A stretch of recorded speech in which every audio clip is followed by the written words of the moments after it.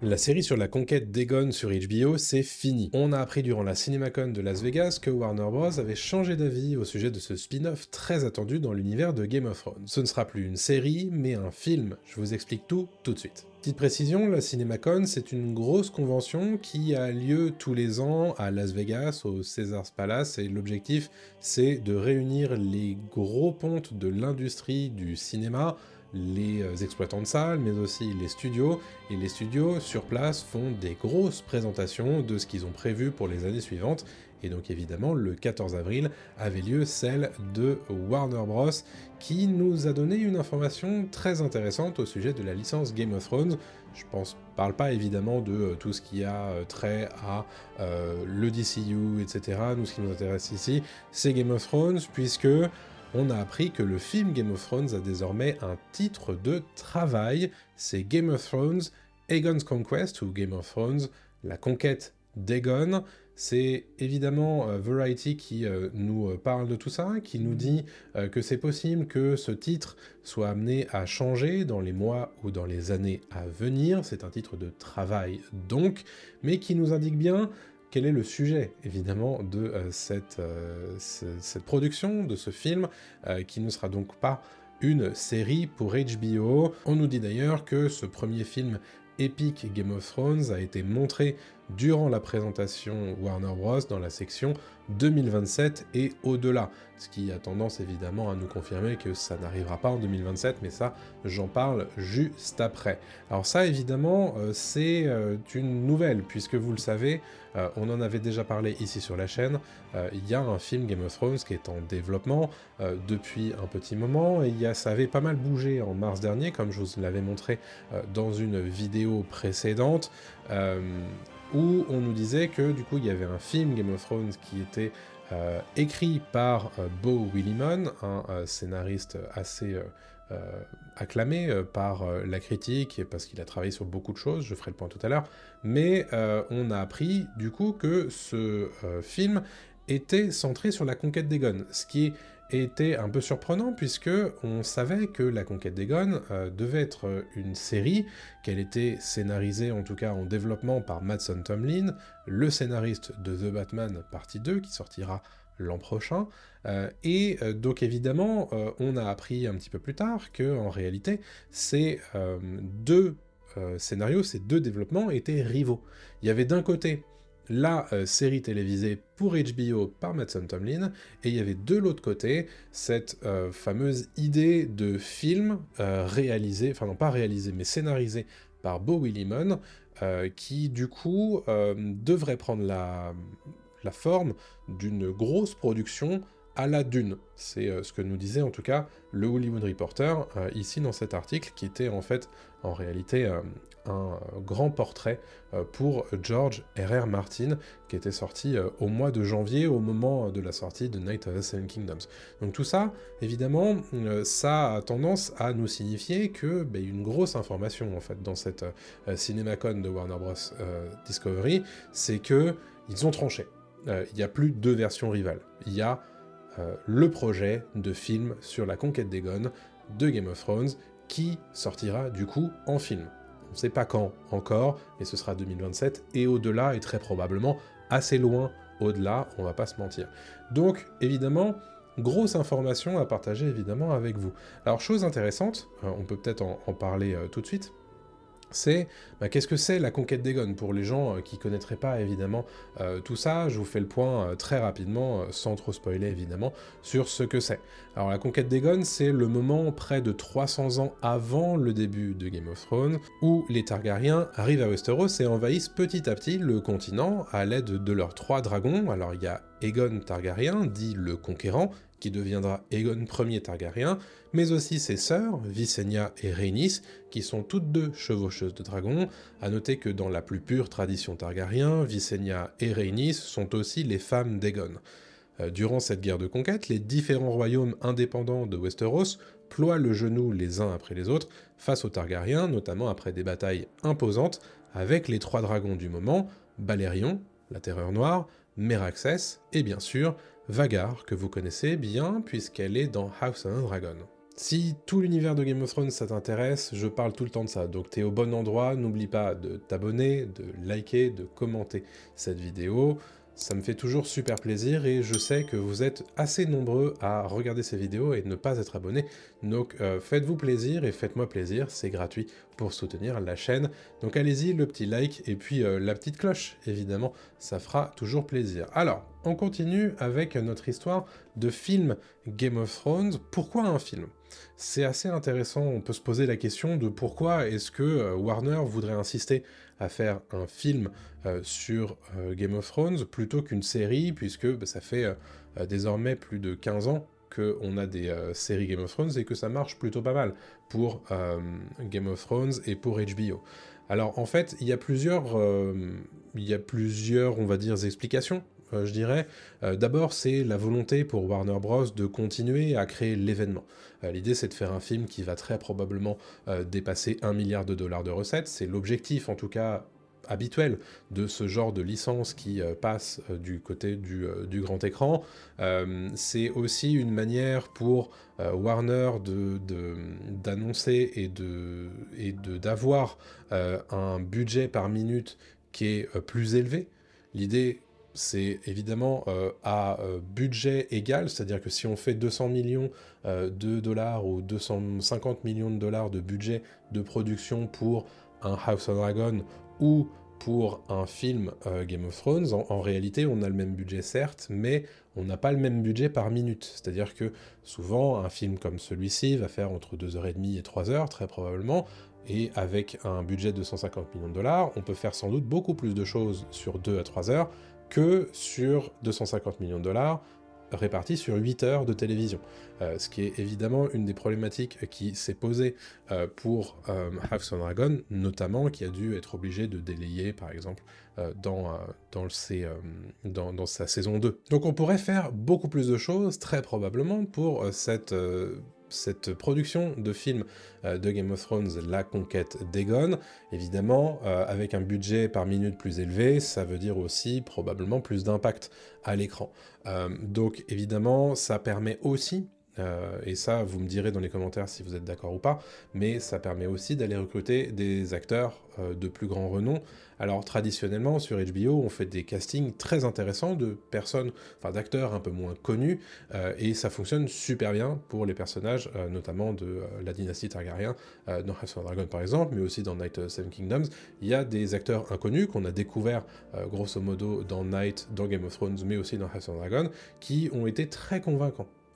Et donc du coup, est-ce que aller chercher des grands noms très reconnaissables pour s'assurer un gros succès d'un film pour potentiellement aller décrocher le milliard de dollars de recettes, est-ce que c'est une bonne chose? Ça, évidemment, je vous laisserai me répondre dans les commentaires.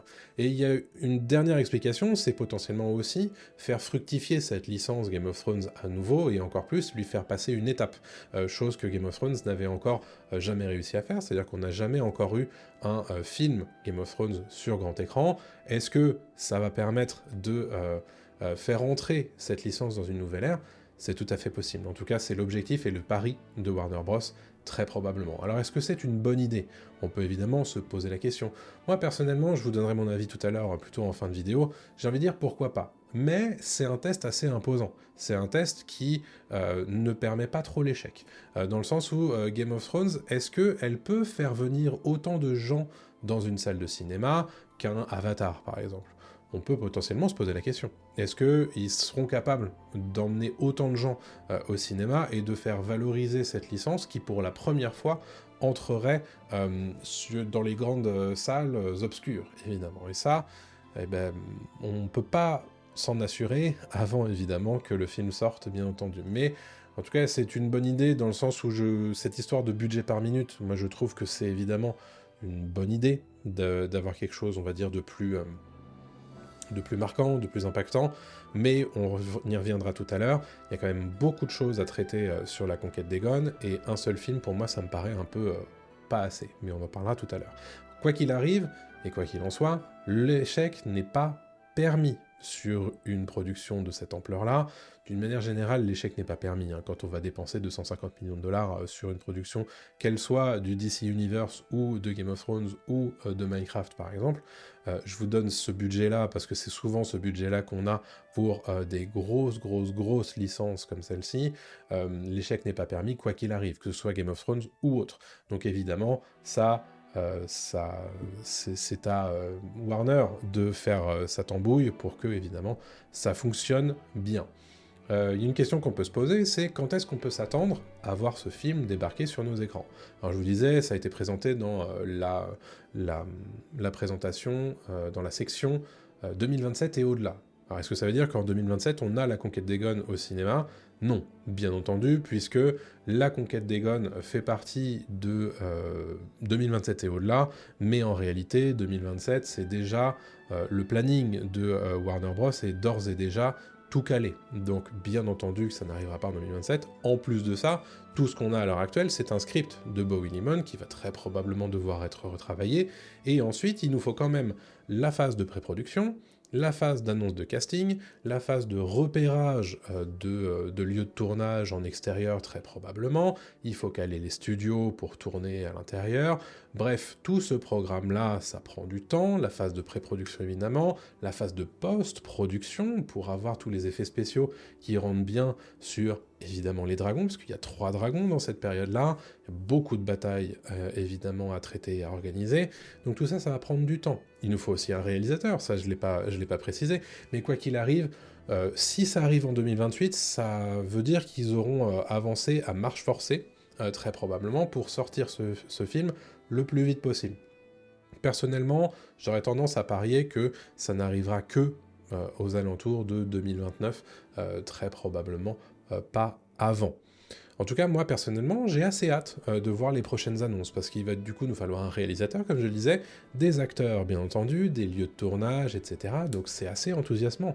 Très franchement, moi, j'ai hâte de voir tout ça avec grand plaisir, évidemment. Alors, bon, je vous donnerai mon avis juste après, mais avant ça, si tu veux discuter de Game of Thrones avec des fans, mon serveur Discord est fait pour ça, le lien est dans la description, on discute évidemment de l'actualité, des films, des séries, du coup des livres bien entendu, donc n'hésite pas à nous rejoindre, le lien est dans la description. Bon, il faut vous donner mon avis, bien entendu, sur cette idée de film Game of Thrones, sur cette idée de film sur la conquête d'Aegon. Bon, je vous l'ai toujours dit, je vous l'avais dit d'ores et déjà au mois de mars, quand j'avais traité cette grosse information autour du film Game of Thrones, c'est que moi, j'ai toujours préféré l'idée d'une série sur la conquête d'Aegon. Pourquoi? Parce qu'il y a beaucoup d'informations à traiter, il y a beaucoup de personnages présents à l'écran, il y a énormément de batailles, mais aussi de petits moments dans la conquête d'Aegon. Donc j'aurais préféré une grosse série, quitte à faire 1 ou 2 saisons maximum, mais se donner le temps d'aller un petit peu dans tous les détails. Sur un seul film de 2h30, 3h, il y a énormément de coupes franches qu'il va falloir faire à ce sujet, évidemment, se centrer sur quelques personnages principaux et faire en sorte que tous les personnages qui gravitent autour de la conquête d'Aegon, les différents rois du moment de Westeros, soient un petit peu relégués au rang de personnages très secondaires, et donc peut-être un petit peu moins intéressants, bien entendu. Donc tout ça, pour moi, ça aurait pu faire l'objet d'une série peut-être un petit peu plus longue, et donc se donner un peu plus le temps. Mais comme je vous le disais, c'est aussi courir le risque d'avoir une série qui fait un peu de délayage, parce que on n'a pas le budget de faire 8 à 10 heures de télévision par saison avec 250 millions de dollars, alors qu'il y a autant d'effets spéciaux qui sont nécessaires. Bon, quoi qu'il arrive, je suis assez curieux de voir ce qu'ils vont faire. Beau Willimon au scénario, très franchement, c'est plutôt une très bonne idée. Alors pour les gens qui ne connaîtraient pas, Beau Willimon, c'est un scénariste américain qui est plutôt assez connu et assez respecté dans le milieu. Pour la télévision, il est créateur et scénariste et producteur exécutif de House of Cards, pour Netflix. Il est scénariste sur 6 épisodes de Star Wars Andor, sur la saison 1 et la saison 2. Il a notamment fait l'arc One Way Out sur Narkina 5, avec Andy Serkis. Il a aussi signé l'arc de Gorman durant la saison 2, des choses que moi personnellement j'ai beaucoup appréciées. Il est aussi producteur exécutif sur Severance pour Apple TV, et pour le cinéma, il a scénarisé Les Marches du Pouvoir de et avec George Clooney et avec Ryan Gosling en 2011. Il est aussi scénariste de Mary Stuart, Reine d'Écosse avec Margot Robbie et Saoirse Ronan en 2018. Donc tout ça pour vous dire que Beau Willimon, c'est plutôt une figure assez rassurante, et a priori d'ailleurs, de ce que nous disait Page Six au moment où ils évoquaient ce projet de film écrit par Beau Willimon, a priori les grands pontes de Warner ont beaucoup apprécié son traitement et son script. Donc ça a tendance à être plutôt très rassurant, je vais pas vous mentir. Maintenant, je vous avoue que j'aurais bien vu aussi, j'aurais bien aimé voir ce que Mason Tomlin avait écrit sur son développement de script, évidemment en série. Alors évidemment, comme je vous le disais tout à l'heure, j'ai quand même un doute qu'on puisse faire rentrer tout ce qu'il y a à traiter dans La Conquête d'Aegon en un seul film. Parce que comme je vous le disais, il y a beaucoup d'événements. Quand est-ce qu'on fait commencer ça? Est-ce qu'on fait commencer ça avec le fléau de Valyria? Ou est-ce qu'on fait commencer ça à l'arrivée des Targaryens à Pendragon? Ou est-ce que on fait commencer ça directement 2 ans avant La Conquête d'Aegon et on part là-dessus? Plus le film est court, moins on va avoir de choses qu'on va pouvoir intégrer. Plus le film est court, plus on va devoir trancher dans ce qu'a écrit George R. R. Martin dans Feu et Sang. Donc évidemment, il va falloir faire des choix, et j'aurais tendance à dire que si l'objectif c'est de faire un événement à la Dune, eh ben j'aurais tendance à les encourager à faire plutôt un diptyque. Une Conquête d'Aegon partie 1, une Conquête d'Aegon partie 2, voire même une trilogie. À l'heure actuelle, cependant, ça n'est pas la question. On nous parle d'un film, à l'heure actuelle. Bon, est-ce que, à terme, au fur et à mesure du développement, ils se rendront compte que il y a peut-être plus de choses à faire? Difficile à dire. Il y a une autre problématique, c'est que, un truc qu'il faut qu'on évoque, bien sûr, c'est le fait que la série Game of Thrones, La Conquête d'Aegon, n'existe plus au final comme projet de Warner Bros. Discovery. Ça a tendance, enfin en tout cas ça n'existe plus en tant que projet série pour HBO, ça a tendance à effacer, à limiter, à vider l'inventaire, j'ai envie de dire, Game of Thrones de HBO, là où je me disais, ok, quand House of Dragon se terminera en 2028, en 2029, on a très probablement La Conquête d'Aegon qui va prendre le relais sur HBO. Le problème, c'est que vu qu'ils mettent ça sur grand écran, au cinéma, on n'aura pas de Game of Thrones en série sur HBO pour 2029. Donc ça libère le champ libre, évidemment. Quels sont les spin-offs qui peuvent remplacer House of Dragon après sa saison 4 sur HBO? Parce que je me doute bien qu'ils vont pas arrêter de produire du Game of Thrones sur HBO sous prétexte qu'il y a un film qui sort sur grand écran. Donc tout ça, ça ouvre le champ des possibles, ça permet peut-être aux projets en développement depuis très longtemps de peut-être enfin voir le jour, et ou de permettre à d'autres projets en développement dont on n'a pas forcément conscience de prendre la main sur le trou au calendrier, j'ai envie de dire, que j'anticipe en 2029 sur HBO. Donc qu'est-ce que ça peut être? Est-ce que ça peut être la rébellion de Robert? Est-ce que ça peut être tout à fait autre chose? Évidemment, tout ça, l'histoire nous le dira, mais c'est une opportunité aussi sur HBO pour les amateurs et pour les scénaristes et producteurs qui seraient intéressés pour produire quelque chose de l'ordre d'un spin-off sur HBO en série. Mais ce ne sera plus, du coup, La Conquête d'Aegon de Mason Tomlin, ça c'est sûr. Et vous, qu'est-ce que vous pensez de tout ça? Évidemment, dites-moi ça dans les commentaires. Est-ce que vous auriez préféré que ce soit une série? Est-ce que vous êtes quand même enthousiasmé à l'idée d'aller voir au cinéma, dans une salle obscure, un gros film sur La Conquête d'Aegon dans l'univers de Game of Thrones? Ce serait donc une première. Je doute que ce soit pour 2028, peut-être 2029, si ça va très vite, mais quoi qu'il arrive, dites-moi ce que vous en pensez. Est-ce que vous êtes enthousiasmé? Est-ce que vous avez confiance? Est-ce que Beau Willimon, c'est un nom qui vous intéresse pour scénariser un film comme ça? Est-ce que du coup, vous avez des idées de réalisateurs pour mettre dans la boîte cette grande épopée, mais aussi des acteurs Il va nous falloir un Aegon Targaryen bien sûr, une Visenya, une Rhaenys Targaryen et aussi pléthore de personnages secondaires, je pense à Torrhen Stark évidemment, et à tellement d'autres choses.